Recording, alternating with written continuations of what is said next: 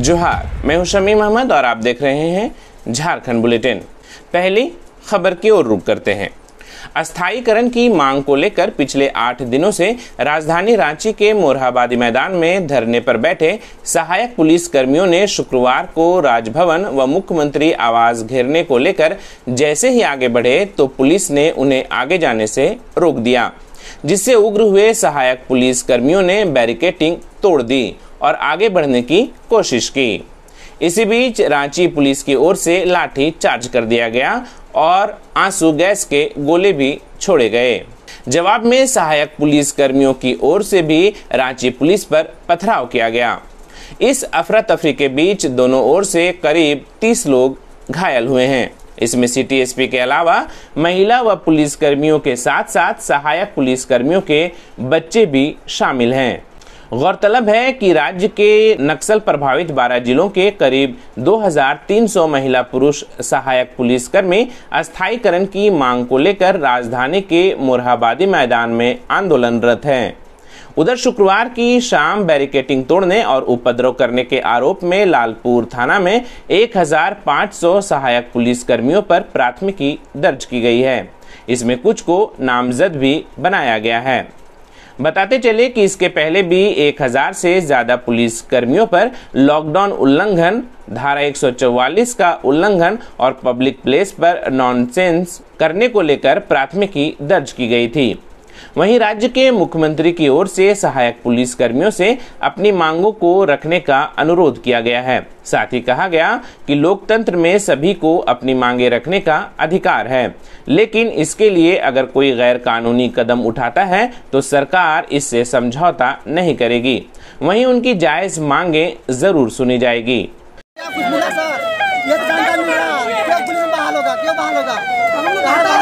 चल जाते अपना घर कैसे मुख्यधारा से जोड़ रहे हैं, कैसे मुख्यधारा से जोड़ रहे हैं बताइए। वहाँ पे जरूरत नहीं है। आप लोग आगे बढ़ रहे थे तो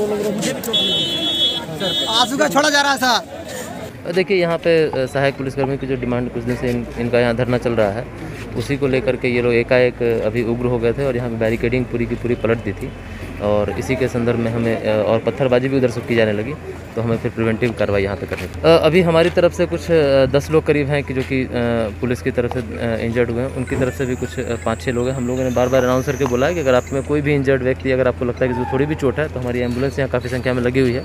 अगर किन्हीं को कोई भी तकलीफ लग रही है तो हम लोग उनको प्लान किया है। नेक्स्ट कोर्स में अभी वो लोग बैठे हैं, उनसे मंत्रणा वो लोग कर रहे हैं। बाकी जो स्थिति है उनको फिर से वही समझाया जा रहा है कि आप लोग जो डिमांड है शांतिपूर्ण ढंग से प्रदर्शन करें। अगर आप शांतिपूर्ण ढंग से प्रदर्शन नहीं करेंगे और अगर कुछ भी विधि के प्रतिकूल करेंगे तो उसमें कार्रवाई की जाएगी। अब दूसरी खबर की ओर बढ़ते हैं। कोरोना महामारी के बीच झारखंड विधानसभा का मॉनसून सत्र शुक्रवार से शुरू हो गया। कोरोना की गाइडलाइन और सोशल डिस्टेंसिंग सहित दूसरे मानकों का पालन करते हुए सत्र आहूत की गई। सदन में मुख्यमंत्री सहित 11 मंत्रियों की मौजूदगी में सरकार ने सदन में पहले दिन लगभग 2585 करोड़ रुपए का प्रथम अनुपूरक बजट पेश किया। साथ ही सरकार ने सदन में 5 अध्यादेश भी पेश किए। पहले दिन देश के महान विभूतियों, सामाजिक कार्यकर्ता, कलाकार, खिलाड़ियों सहित कई गणमान्य दिवंगत लोगों को श्रद्धांजलि देते हुए सदन की कार्यवाही सोमवार तक के लिए स्थगित कर दी गई। कैबिनेट से मंजूरी मिलने के बाद लगातार विरोध हो रहे झारखंड म्यूटेशन बिल मॉनसून सत्र के पहले दिन सदन के पटल पर नहीं रखे गए। इस बिल के प्रावधान के खिलाफ भाजपा के साथ साथ सत्ता पक्ष के कई विधायक व नेता बिल के विरोध में खड़े दिखाई दे रहे हैं। इस बिल में न्यायिक सेवा से जुड़े जज की तरह भू राजस्व से जुड़े सीओ, कर्मचारी सहित दूसरे लोगों को सुरक्षा देने की बात थी। इसके 22वें नंबर के प्रावधान के तहत इन अधिकारियों और कर्मचारियों के खिलाफ एक आम आदमी सिविल या क्रिमिनल मामला दर्ज नहीं करा सकता। गुरुवार को हुई कांग्रेस विधायक दल की बैठक में इस बिल के विरोध का फैसला किया गया था।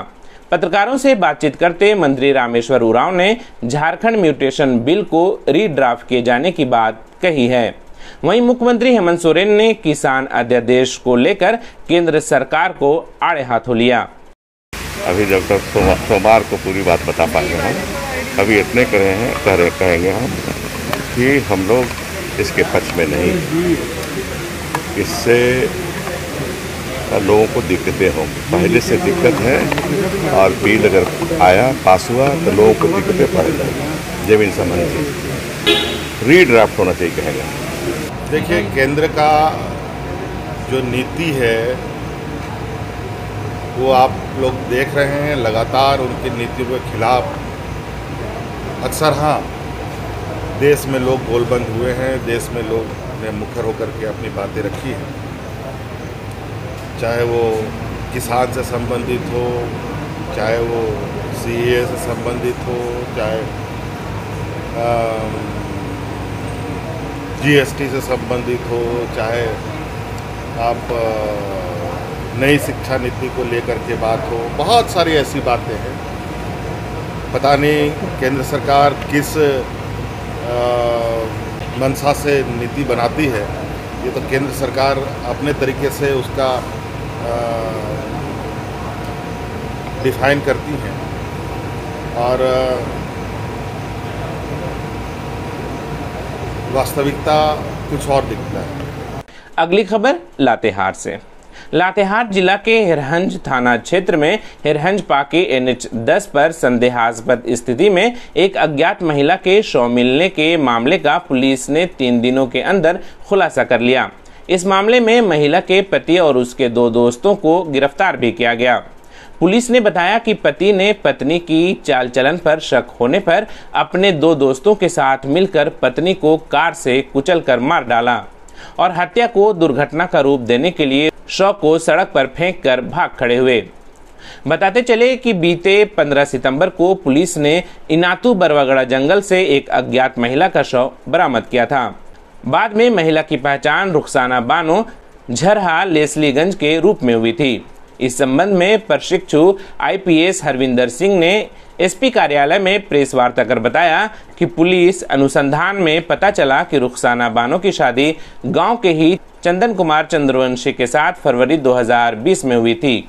शादी के बाद चंदन को अपने बीवी पर शक था। इसके बाद उसने अपने 2 दोस्तों के साथ मिलकर उसे हत्या करने का षड्यंत्र रचा और गाड़ी से धक्का मारकर हत्या कर दी। बाद में लाश को सड़क पर फेंक दिया ताकि दुर्घटना लगे। अब खबर गढ़वा से। गढ़वा पुलिस ने 2 दिन में 2 मिनी गन फैक्ट्री का खुलासा किया है। गुप्त सूचना के आधार पर गढ़वा SP ने 2 मिनी गन फैक्ट्री का उद्भेदन किया। इसमें भारी मात्रा में नवनिर्मित हथियार, अर्धनिर्मित हथियार सहित हथियार बनाने के उपकरण बरामद किए हैं। साथ ही इस कार में लगे कुल 15 लोगों को पुलिस ने गिरफ्तार कर लिया। गढ़वा SP को गुप्त सूचना मिली थी कि मेराल थाना क्षेत्र के कुसमही गांव में अवैध हथियार बनाने का एक कारखाना चल रहा है। इसी सूचना के आलोक में पुलिस ने एक टीम गठित कर मेराल के कुसमही गांव में छापेमारी की तो इस फैक्ट्री का उद्भेदन हुआ। पुलिस ने उक्त स्थल से 3 देसी कट्टा, 1 पिस्टल, 3 अर्धनिर्मित कट्टा, 3 लेथ मशीन, 1 हथियार बनाने का भट्ठी, 1 मोटरसाइकिल, 3 मोबाइल सहित हथियार बनाने के अन्य सामग्री को जब्त किया। वहीं इससे पहले 17 सितंबर को भी पुलिस ने कांडी थाना क्षेत्र स्थित भरत पहाड़ी से मिनीगन फैक्ट्री का उद्भेदन करते हुए 7 आरोपियों को गिरफ्तार किया था। पिछले महीने भी पुलिस ने जिले के भावनाथपुर, केतार और नगर उंटारी से कई गन फैक्ट्री का उद्भेदन कर 32 हथियार जब्त किए थे। इधर SP ने कहा कि लगातार पुलिस अवैध हथियार के खिलाफ छापेमारी कर रही थी, उसी में यह सफलता हाथ लगी है और आगे भी पुलिस यह कार्रवाई जारी रहेगी। अब कोरोना अपडेट की बात कर लेते हैं। कोरोना संक्रमण से शुक्रवार को 6 मरीजों की मौत की पुष्टि के बाद राज्य भर में कोरोना संक्रमण से होने वाले मौतों की संख्या 602 पहुंच गई है।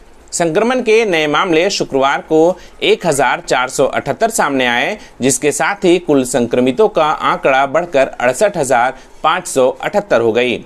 वहीं अब तक कोरोना को मात देकर स्वस्थ होने वालों की संख्या 54,052 हो चुकी है। इसमें शुक्रवार को स्वस्थ हुए 1,254 लोग भी शामिल हैं। राज्य भर में अब एक्टिव केसों की संख्या 13,924 रह गई है।